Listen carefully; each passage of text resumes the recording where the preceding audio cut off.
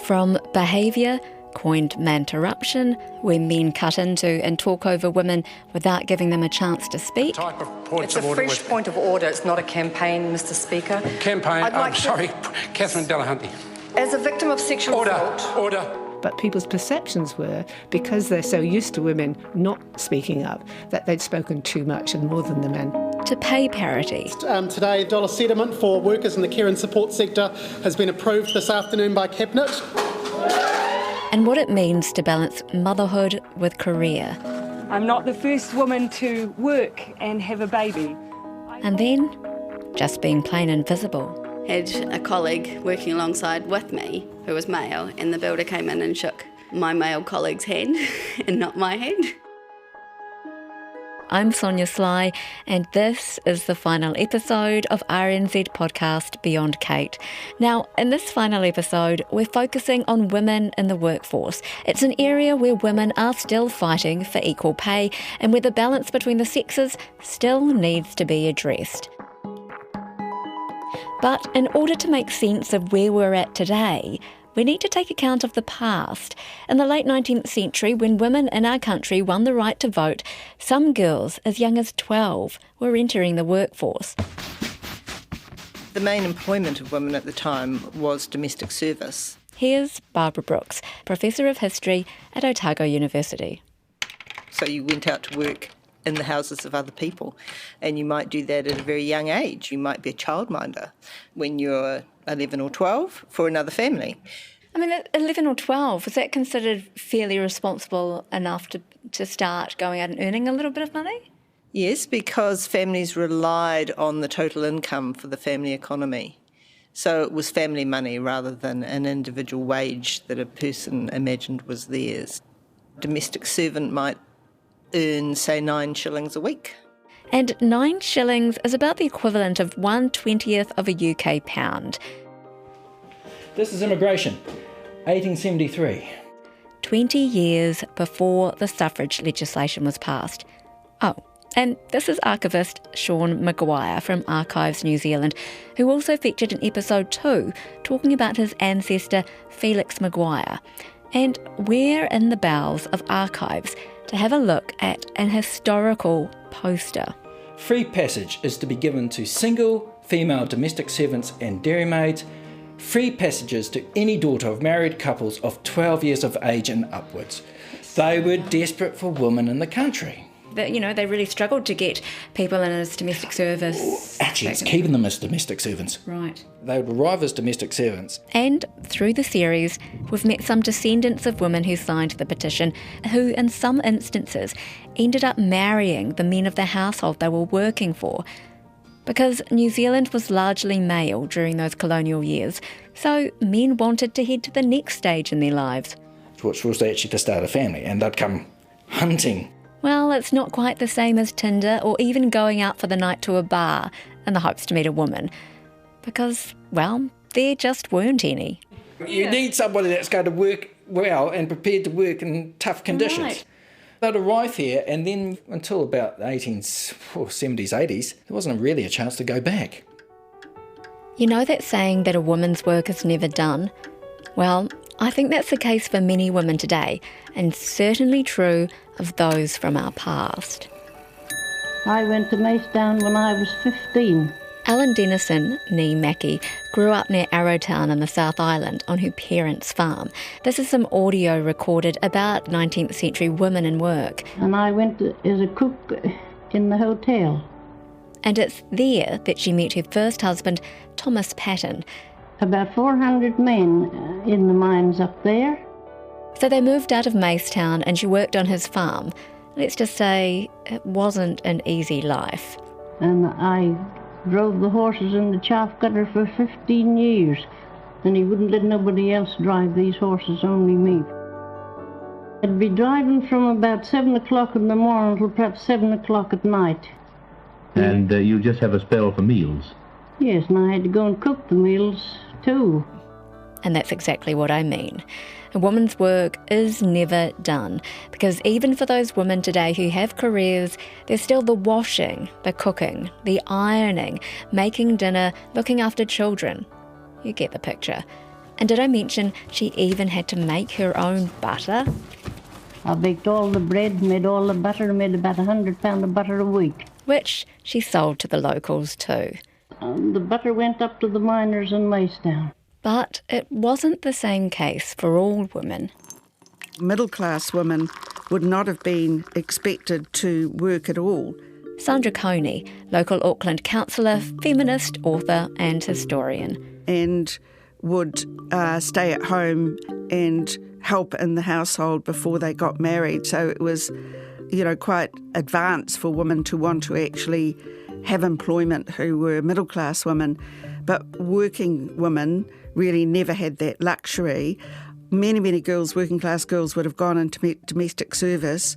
There was not a flood of girls wanting to go into domestic service, and it was actually seen as a bit of an anathema to the egalitarian nature of New Zealand society. So girls were more inclined to go into shops, factory work, sewing, and of course there was a lot of exploitation of girls and women who were in those forms of employment. So there were some big workrooms. Dress historian Jane Malthus in Dunedin. DIC had one, Herbert Haynes had one, Hallenstein's big clothing factory. That was making men's clothes, but that employed quite a lot of women. Which, for those of you living in New Zealand will know, it's a menswear store today. Department stores and drapers' shops, as they developed, included workrooms for making ready-to-wear garments, sometimes men's and women's. And they were also advertising that they could have a dressmaking service, so you could come in and order a garment. All of that done in a very short time frame quite often. When there was a ball or something on, there was a great demand for new clothes to wear to the ball, and the expectation of everybody, including the workroom, was that the turnaround might only be 3 days for people, so they must have been working, flat tack. Yes. Women and young girls were definitely being exploited, and the working conditions weren't exactly pleasant or what you'd expect to deal with today. So there was a concern, for instance, when Hallenstein started their New Zealand clothing factory here in Dunedin, that provision of the toilets for the women workers was in a place where the women's entry and exit into those toilets was visible by the male workers, and the inspector of nuisances was very concerned about this. So they can't be seen going to the bathroom? I think it was because it was seen as a private thing, and this was a reduction in women's privacy perhaps. But certainly businesses like Hallenstein's and Herbert Haynes did provide toilets for their women workers as well as their male workers. Or a woman's toilet would be separated from the men's toilets just by a calico sheet. This is curator Kirsty Ross at Te Papa Museum in Wellington. Or the women had to walk through the men's toilets to get to their own toilet. When women began leaving domestic service, there was very little provision in place for them to enter the workforce. There was this tension about women going out into public spaces but also retaining their respectability. Throughout our history, barriers have been set in place for women due to social attitudes and values of the time. But the world, as we know, continues to change, and that means that some of those outmoded ways of thinking should have been thrown out the window a long time ago. Back to Barbara Brooks again. The assumption is that there is a male breadwinner wage, that a man should earn enough to support his wife and family. And that becomes part of the award system. I mean, women were wanting to actually go out to work though, right? Yeah. And have a degree of independence and feel like they were contributing members of society. It's wrong to imagine that women who were at home raising their families didn't think they were contributing members of society. And there are great, investment in community work and in church organisations. It's not about paid employment, it's about doing work for the community. Which is still work. But one of the major problems that women have historically encountered are issues around pay. And Kirsty Ross says that's due to the gendering of roles in the workforce. Caregivers is a prime example of women being concentrated in a very low job.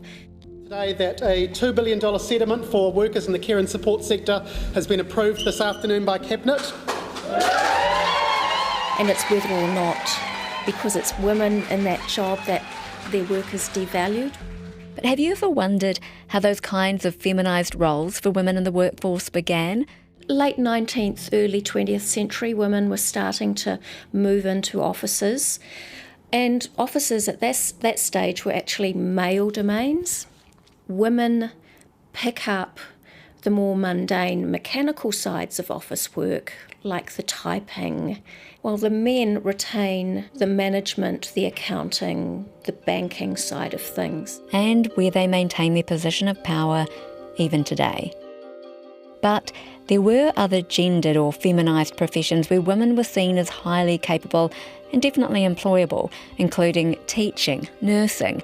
And while both men and women work in these professions today, these are still areas where pay is an issue. This next example provides insight into the thinking around women in work. Dentists, male-dominated profession, they wanted to protect their work and their salaries. They thought if women started working as dentists, they would be paid at a lower rate, and so that would undermine their salaries and so on. There was support anyway for women becoming dental nurses. Starts in 1921, the first intake of trainees. And it seems there are benefits for having women in the roles too. Women being, again, pigeonholed into these caring professions. They were good with children. And this is the kicker. Everybody expected them to leave once they got married and would never really be a serious threat to the dental profession. There, you see, there was definitely an agenda into how women's roles have been shaped. But for the working poor, there was still very little choice. Some women took in other people's washing, and back then it wasn't a matter of putting your clothing and bedding into a washing machine. No, clothes were washed by hand, and it would take all day. You know, she ran a strict household and took no nonsense. Now, you might recall Margaret Stott from an earlier episode where she talked about her forebear, Margaret Whelan, who had migrated from Ireland and made her way to Dunedin. She had 8 children, 5 girls and 3 boys. And she sent her children off to work as soon as they were old enough. She got them all jobs at a place down the road that sewed up flour bags. People used to buy the flour and then tip it into a drawer, and then you'd use a spoon or a cup to get the flour out of the drawer. I was brought up like that as well. So all these flour bags had to be sewn, and the girls all got jobs in the flour bag factory. They called it Smith's Flour Bags or something. Oh, right. So they literally sewed the bags. They sewed the bags, then they were sewn along the top. And just an interesting aside, nothing ever went to waste. And all the cups with broken handles, they were the ones that were used in the drawer to get the cup out. How much do you reckon they got paid working in the... I should think not very much, no. I mean, are they sewing them with a machine or by hand? Yeah, they'd be sewing them with a machine on the outside and then by hand along the top. But those flour bags came in handy over the years, because when you made the boys' pants for school, or the men's pants, or you made a skirt for yourself, you lined it with the calico from the flour bags. Are you serious? Yes. There was quite often a pattern that said Smiths across it. Right. Or whatever happened to be the flour of the day. Women through the generations were fighting for change, but they were also interested in challenging themselves, just as they are today, and being in industries that men never expected them to excel in. Week after week, thousands of us have been in training, ever since we in New Zealand undertook to pull our weight in this war. World War I and II would mobilise women in the workforce, engaging them in industries previously dominated by men. Those between the ages of about 18 and 40 were sent out to work in woolen mills, tobacco factories, and were even drafted into the Navy and the Air Force. And by World War II, women were employed in decoding and administration work in the Air Force, where close to 4,000 women passed through its ranks, and at least 100 of those became officers. And on that note, it's time to fast forward to the Porirua police station, where I met up with Inspector and Area Commander Tracy Thompson. Yeah. Hello. Gosh, you're about my height. Yeah, I love it. I love it. Would you like a drink? Are you okay? Yes, I know. I was pleasantly surprised that Tracy was not much taller than me. I'm 4'11 and a half, by the way. Oh my gosh, I can't believe how tiny you are. I mean, no, I am super impressed because I was just saying to these lovely ladies that, back when I was studying... She didn't fit into any kind of stereotype of what you'd expect of a woman in the police force. At least, not in my mind. In fact, she was kind of the antithesis, which just goes to show there's no one way of being. In any industry. Yeah, you're quite petite. And I was, we still had the height restrictions when I joined too. So. How long ago was that? 95. Right, and what was the height restriction? Oh gosh, I can't remember now, but I think I might have just been on the border. I guess when I first started, I didn't fit the mould, and that's probably in size and the way that I think. Tracy has been in the police force for 23 years. She began training as a 20-year-old, and out of 80 students, at least 20 were women. So my role is very much overseeing policing from Tawa through to the Kapiti Coast. What was it that made you want to join the police force? To be fair, I thought I was going to be too small. I did. I worked at the Rotorua courthouse, and of course working in the courts, you're working with police.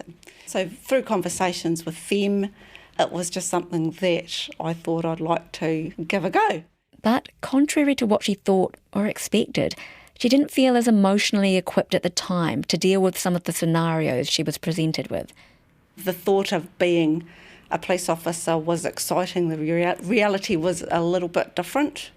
Anything that's traumatic is hard for anyone to attend, any person, any emergency services tender, any member of the public that comes across anything where there's trauma involved. So that's always very hard to deal with. And today, she's witnessed even more serious events, like homicides. She openly admits that it doesn't necessarily get easier. A lot of people know that when you're turning up at a doorstep at 2 o'clock in the morning in a blue uniform, it's probably not for a good reason. So it's very emotional and never gets easier. I mean, do you feel like there is a way that you deal with it differently as a woman? I probably think I'm very empathetic, and I don't come across as threatening. If you're on the ground and you have to do a job, whether you're a woman or not, it needs to get done. There's a benefit to having women in the police force, as well as men and women from diverse cultural backgrounds at that upper level. But today, Tracy's pretty much on her own. And that's part of the challenge too for me and for the other women in senior roles in the organisation, is to make sure that we're succession planning and that we're identifying and supporting and helping women and Māori women to reach, positions of, influence and decision making. From women in the police force to those in construction. I've got a memory of managing a job. And this is Claire Todd. She lives in Wellington and has been working in architecture for just over 10 years. Getting tenders, and had a colleague working alongside with me who was male, and the builder came in and shook my male colleague's hand and not my hand. How did you feel in that moment? A little bit surprised, shocked that something like that would happen. I felt, well, we won't work with that builder. I didn't want to have a builder to have to deal with disrespect or, not being listened to, or having to have a male colleague speak on my behalf. It's a bit of a shocker, to say the least. This was a job that I was running. To not shake my hand, I think he addressed most of his questions to my male colleague. So this is even after being introduced to you? Yeah. It's one thing not to be listened to, but to be ignored, because women in any sphere of work should never be treated like they're invisible, a non-entity. And it happens all too frequently. But one of the other issues that many women face in the workforce is that balance between motherhood and career, something that our Prime Minister, Jacinda Ardern, is currently in the thick of. I am not the first woman to multitask. I'm not the first woman to work and have a baby. I know these are special circumstances, but there'll be many women who will have done this well before I have. And women have often quietly struggled with the role they're meant to play. Here's some archival audio from a 1970s RNZ episode of documentary series Spectrum called Far Out Feminist. I had been conditioned to believe that my role was to have the children bathed and ready for a meal, the meal on the table, and not quite, but almost, my husband's slippers waiting to be slipped into, as though my job during the day had been easy and his had been incredibly hard. And that's not the way it was. Bringing up children was difficult. And as a mother to a now 5-year-old, I can totally relate. I've struggled with that tension between trying to be a good mother and loving my career. And it's a struggle to be everything to all people.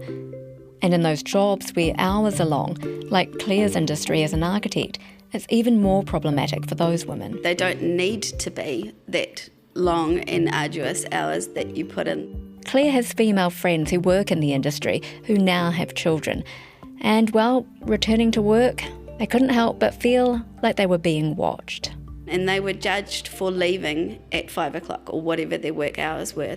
But they were efficient in those 8 hours that they worked, whereas their colleagues were having long morning teas and chatting over the coffee machine for most of the working day, and then were working through the night, yet this woman who was going home to her family at 5 had done her job.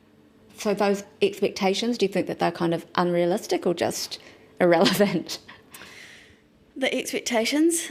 Both, probably. It's not about how long you're in the office, it's about the work that you're achieving. We'll come back to Claire in a bit. I headed up to Auckland, to the student hub at AUT, where I met up with Dr. Barbara Myers. She's a senior research lecturer in management, and her area of specialty focuses largely on women's careers, which, of course, are very different to men's. Well, there are a number of disparities. Pay equity, a low number of women on boards, occupational segregation. And this year, there have been nurses' strikes and teachers' strikes, and it goes on and on. Well, midwives across the country are marching for better pay and working conditions. Midwives are earning just $7.23 an hour, and urban ones $12.80. Those gendered occupations, you'd argue, are disadvantaged. Women do face boundaries. Not much has been talked about the psychological boundaries and the family boundaries. What are some of those psychological boundaries, do you think, for women? They're really not as physically mobile. And why that matters is because a good current understanding of careers is sort of a person's work-related and other relevant non-work-related activities that kind of contribute. The question then is who decides what's relevant when it comes to work progression and non-related work activity. Is volunteering for a charitable organisation the same as, for instance, bringing up a well-rounded, happy human being? What's seen as valuable and valued in the eyes of our employers, on our CVs and in the eyes of society? Who makes the decisions? People opt in and opt out of work. And that idea of opting out could be taking time to have a family, for instance. There's no value attached to the work that people do when they opt out. And Barbara feels, I'm sure like many women, that there are valuable skills learnt in becoming a parent, like learning about relationships, all those intangible things which do impact on your ability in a workplace, but are still not recognised, so they're still not valued. And just as Claire mentioned earlier, some research that Barbara conducted, along with 2 other colleagues, revealed the idea of surveillance, that they were being watched. People were kind of looking at them. They felt an enormous sense of pressure as part of that process. Coming back to work, they were behind. They couldn't meet the promotion measures in the same way as a person who hadn't been away from work could. I mean, if a woman can have children, she has to create a whole lot of resources and structures around herself in her own life to be able to be on a level playing ground at work. Part-time is definitely disadvantaged in terms of accumulating brownie points. Which brings us full circle back to Claire. So I work very flexible hours. I'm very fortunate to do that. I get paid for the work that I'm doing and the hours that it's taking me to do the work. When there is a deadline, I can work up to 30 hours a week, I'd say. While you'd be hard-pressed to find women with 8 to 15 children, like they did back in Kate Shepherd's time, there are other expectations placed on women who have families, which for me begs the question. Did you feel like you weren't performing your wifely or motherly duties fully? Because it is a massive load to bear. I often feel that split between, am I giving my children enough attention, am I giving my job enough attention, are both kind of being not done well enough. Because having children is hard work. Like, it's harder than being at work because you can't leave at the end of the day and file your children into a cabinet. Not that you would, but for anyone who has had a baby will know that at least for the first year of your child's life, your body does not belong to you. You have little or no time to yourself, and you can't even go to the bathroom on your own, which means returning to work feels like freedom. There's 3 branches of NAWIC around New Zealand in Wellington, Christchurch and Auckland. This is Janine Mitchell, who also happens to be Claire's boss. She's the director for Studio 8 Architecture out in Houghton Bay in Wellington, and she's also the Wellington chapter chair of NAWIC, the National Association of Women in Construction. What I saw was this amazingly supportive organisation that would support and encourage women in the construction industry. NAWIC has the stats of 17% of the construction workforce is now women. But while there are women training across related fields, the stickability isn't great, and many of those top jobs are still not being filled by women. Partly that's because women are opting out, as Barbara called it, to have a family. And also, it's well known that women don't tend to sing their own praises as much and don't tend to push themselves forward into leadership roles. I'm a member of this House over a most important matter.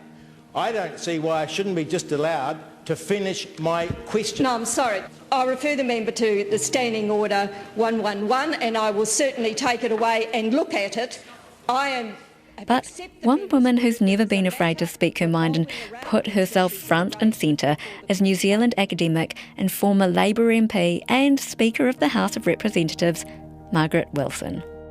I entered politics because I believed in certain policies that I wanted to progress. As the first woman at the helm, what kind of trickle-down effect do you think that might have had? Well, I think it started, hopefully, to normalise it. This was a role in a constitutional function that both men and women could have. A lot of my time as Speaker was spent on administration, actually, because we, thank goodness, avoided a member's allowances scandal as they were having in the UK at the time. So I spent a lot of time trying to rewrite the rules in consultation with the members so everybody was clear what was public money, what could be spent, how it could be accounted for. I didn't feel any external pressure, to be honest. I spent a lot of time trying to come to terms with the standing orders, the Speaker's rulings, thinking through what would be appropriate to allow and disallow.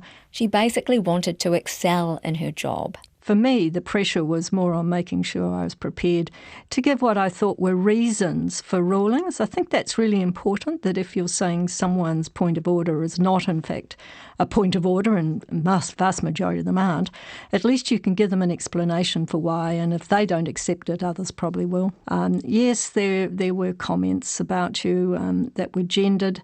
I was seen as being much too assertive, if you like. Margaret was the first woman Speaker in Parliament, and she did anticipate that there would be some men who might find that idea challenging. And they did.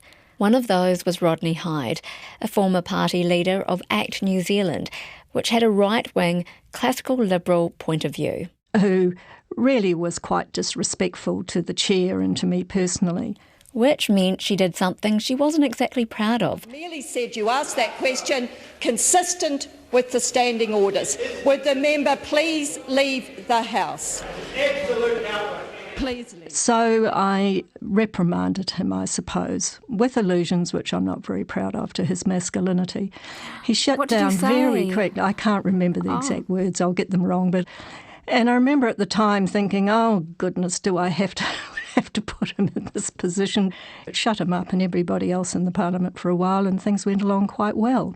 Now, what I was demonstrating, I had a verbal capacity to put people down. I was good with language.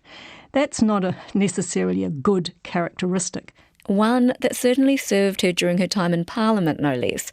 But it comes back to that old adage that women, like children, should be seen and not heard. Well, not in an aggressive or assertive way, like a man. But on occasions, to be able to assert your authority, which is essentially a masculine environment, it was necessary to do so. One would think when you get to that point and you're actually in the House of Representatives that there are things that are just inappropriate and that this kind of behaviour should not exist. Parliament's representative. I'd be surprised if you didn't get the odd sexist reference in Parliament, because that is reflective of the community. It happens in the community. Should it be allowed to happen? Oh, probably not, if you were respectful to others. So when it comes to women being assertive, there are double standards. Here's Jane Major, who you might have heard in the last episode. It would be a positive in a man, whereas it's a negative for a woman. And that starts in childhood. Those messages about how girls should interact, how girls should speak, hold themselves, behave, compared to boys, starts at a very early age. So they're both socialised in ways that kind of limit potentially their choices, their ways of being in the world. Which is kind of sad in a way. Now, I was one of those kids who used to be outspoken. I was quickly taught that my way of communicating, albeit instinctive, was inappropriate, that I talked too much. I was constantly reprimanded and became this quiet, submissive, shy child. I even made myself a vow of silence as a form of rebellion, which lasted a few weeks, but not having the permission to essentially be myself, well, it took years, and I mean almost a lifetime to recover from, which goes to show that the rules we learn in childhood can be detrimental. So I want to dig a little deeper here. I headed to Victoria University to speak to Janet Holmes. And I'm an Emeritus Professor of Linguistics and Associate Director of the Language in the Workplace project at Victoria University of Wellington. And while we're on the topic of women who speak out... Cheryl Sutherland, the first CEO of Te Papa, who was described as a Rottweiler because she was assertive and described as bossy and bitchy. People use very negative words about her, whereas a guy in the same situation is often described as assertive and decisive and authoritative. And there's a name for this kind of reaction or behaviour. The gender order. And it's really just looking at what are the norms and expectations about the way people behave. And those who decide what's acceptable comes down to... The person who's got the most status and power has the right to organise the talk, decide how long people are going to talk and so on, regardless of gender, whether they're a man or a woman. More recently, the sort of research that's been done has taken account of many more social factors. So we look at... for example, Māori women's speech, Māori leaders compared to Pākehā leaders. And how do they compare? There are styles of talk that tend to be favoured in particular situations. What we might call stereotypically feminine styles of talk tend to be used by both men and women when they're trying to be persuasive, or when they want to get on good terms with people, or when they want to offer an opinion but not be too assertive about it. So these are styles that we can use and that tend to have been stereotyped as male or female, but in fact are available. And the same with ethnicity. If you recall back to episode 5, we looked at issues around cultural diversity. Now, in New Zealand, Māori women have always held high status within their communities, and Janet conducted some research within a Māori organisation which revealed some differences that also translate into something that's very specific to New Zealand culture. A woman leader tends to be self-deprecating. She doesn't blow her own trumpet. She tends to be quite modest. And that's a very important Māori value, that you don't talk yourself up. But the same sort of thing applies, of course, in certain Pākehā contexts. It's fine in an interview to blow your own trumpet and say how good you are and why you're the best person for the job. But in many other contexts, telling people how expert you are and how good you are at something is regarded as inappropriate in New Zealand, where we have a very egalitarian ethic. The old tall poppy syndrome. These sorts of differences tend to come out when you start looking at a whole range of workplaces. And some workplace cultures are much more assertive and argumentative and aggressive than others. IT would be a good example. In the IT workplaces, the guys tended to argue with each other a lot. They'd make jokes and put each other down. We call it doing team, showing that they got on well with each other. Whereas in what we might call a more feminine workplace, people were very supportive and collaborative, and if somebody expressed an opinion, other people would come in with supportive ideas, or if somebody disagreed with somebody, they'd do it in a very indirect and hedged way. I mean, I think even women get their backs up. So I posted something in a response to someone on Twitter about the fact that, you know, I was a tomboy and I was pleased that I was never someone who liked horses. I never fit the cliche or the sort of stereotype of what it meant to be a girl. And then someone else said, why should my daughter not be allowed to wear a fairy costume? But I never said, said that she couldn't. No, we shouldn't be bound by these notions about what's appropriate for men and women. That's basically the effect of the gender order. It says boys are expected to be assertive and jump around and be very energetic, and girls are expected to be quiet and docile. And it's really hard to change that because the society reinforces it in all sorts of subtle ways. Immediately you get that sort of negative reaction from conservative people who think, well, you know, we like girls to behave like little girls. So social attitudes will always influence the way that we use language. Absolutely. I mean, if you ask anybody, no matter how they behave themselves, they know what the norms are. You know, any woman knows if she's actually challenging the norms. But being conscious of how we communicate is one thing, because there are systems in place that don't take into consideration inclusion when it comes to gender. Here's Margaret Wilson again. One of the first issues when the Human Rights Commission was first established in the 70s was gendered language. The power of language could never be underestimated, and that's the same today. Somehow we've slipped in terms of perhaps not according the seriousness that the way in which we communicate orally, we do it more orally now probably than written. We need to be having a consciousness about how we express ourselves. Hi, how are you? Hi. Lovely to My name is Masa Mohagek. I'm a lecturer in the School of Engineering, Computer and Mathematical Sciences at Auckland University of Technology. Masa is also the founder and director of a not-for-profit organisation called She Sharp. I did my bachelor's degree in computer software engineering, and I moved to computer architecture and computer networks for my master. And I moved to New Zealand in 2008, and I did my PhD in artificial intelligence and natural language processing.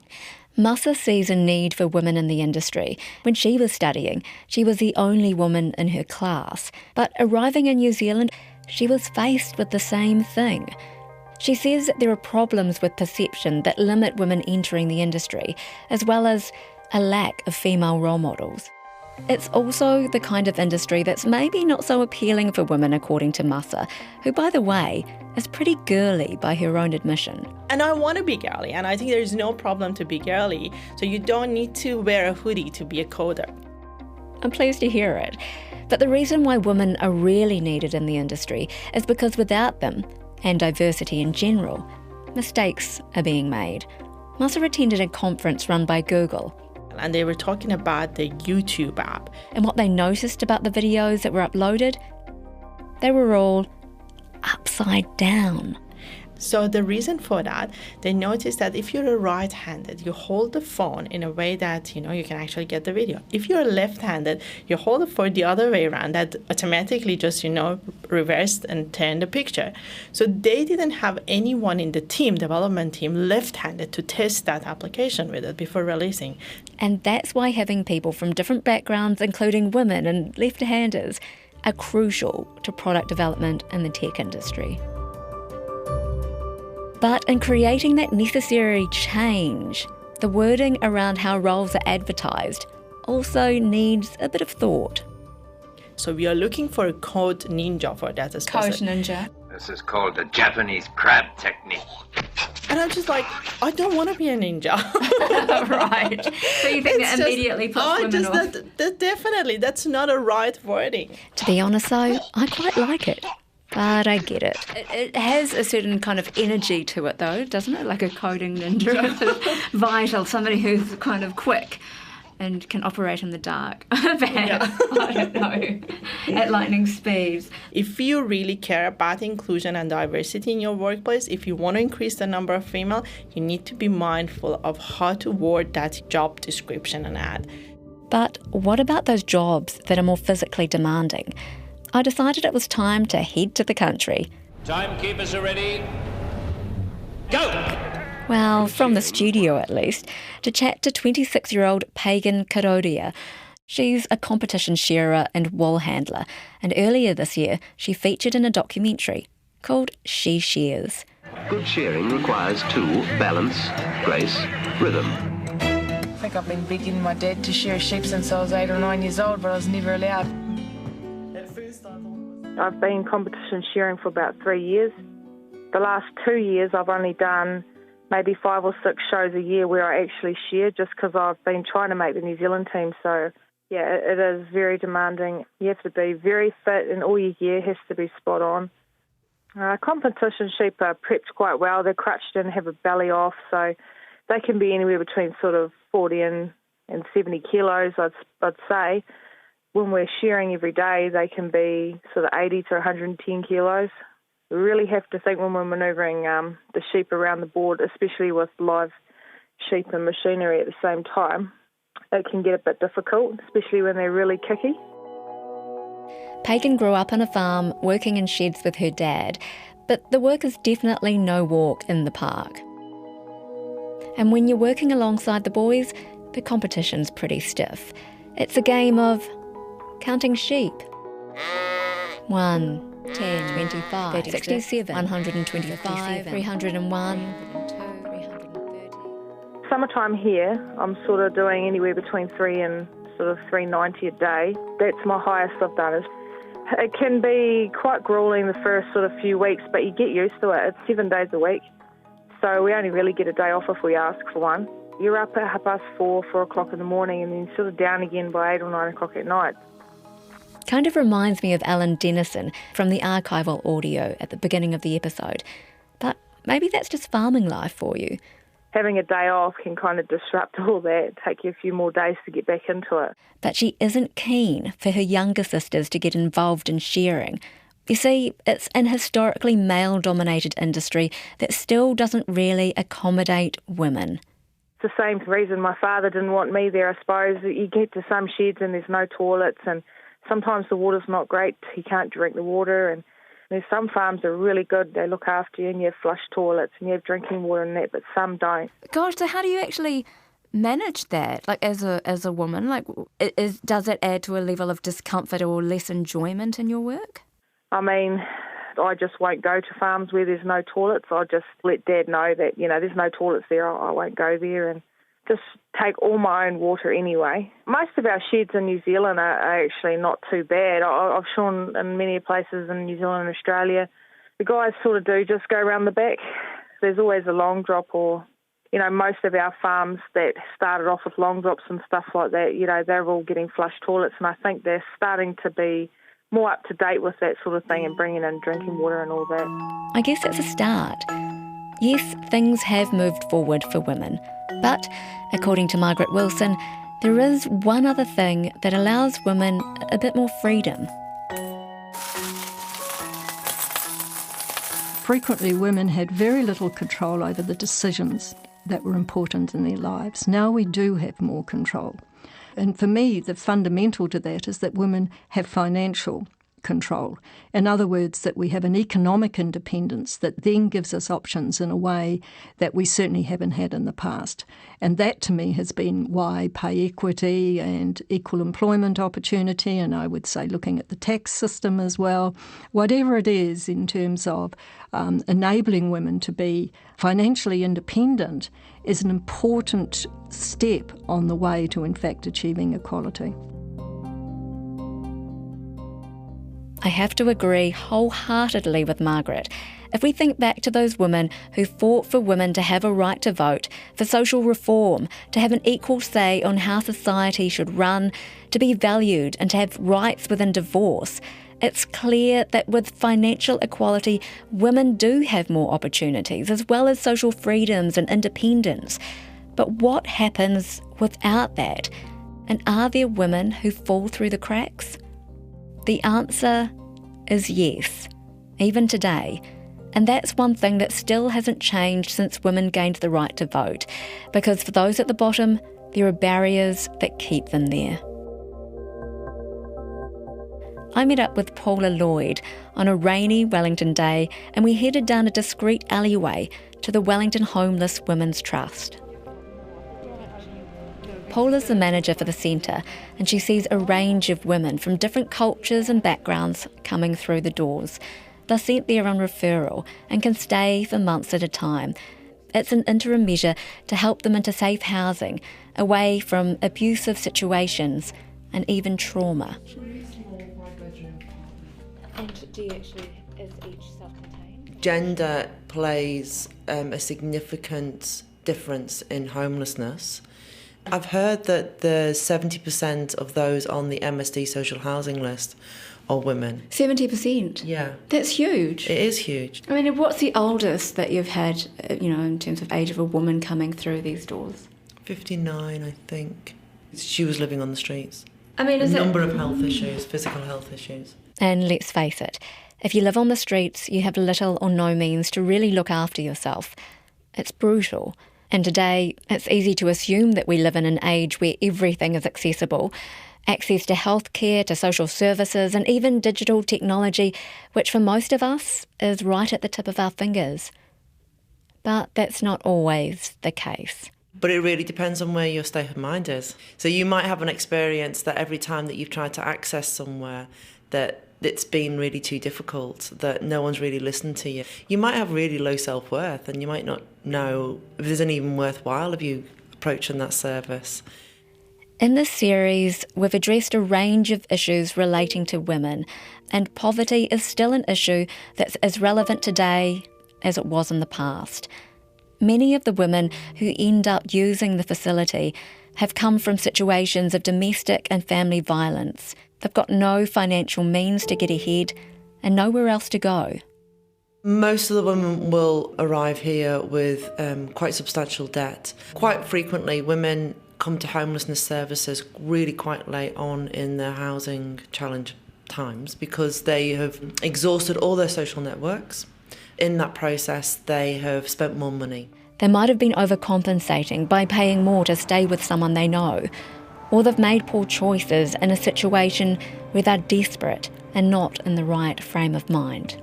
They've taken out loans where they didn't really need to. They're trying to make connected with their children and overcompensating with money in those spaces. Also, the women that are here, sometimes they've got all their furniture in storage, so they're paying that every week.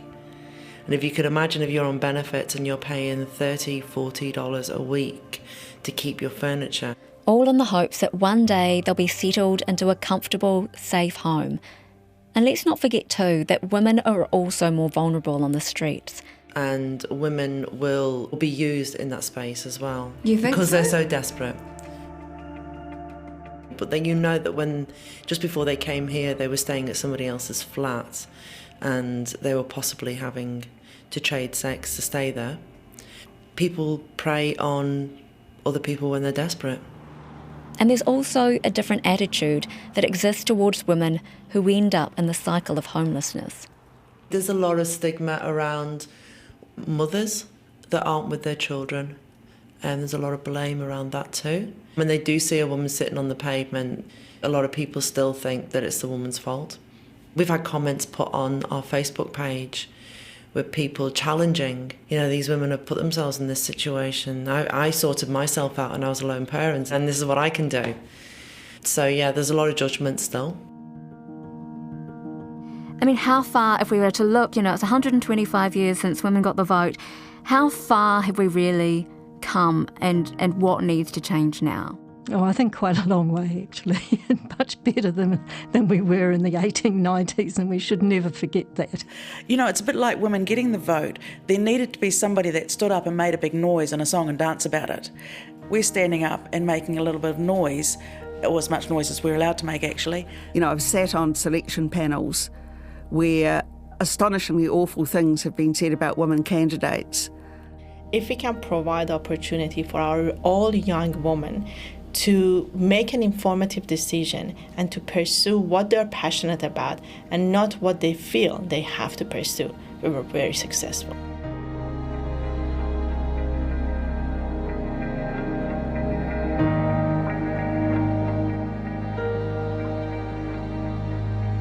"125 years on, there are so many victories that have been won and should be celebrated. But we still have a long way to go if there's any chance for equality." You've been listening to Beyond Kate. Special thanks to Te Papa, Ngatonga Sound and Vision and Archives New Zealand.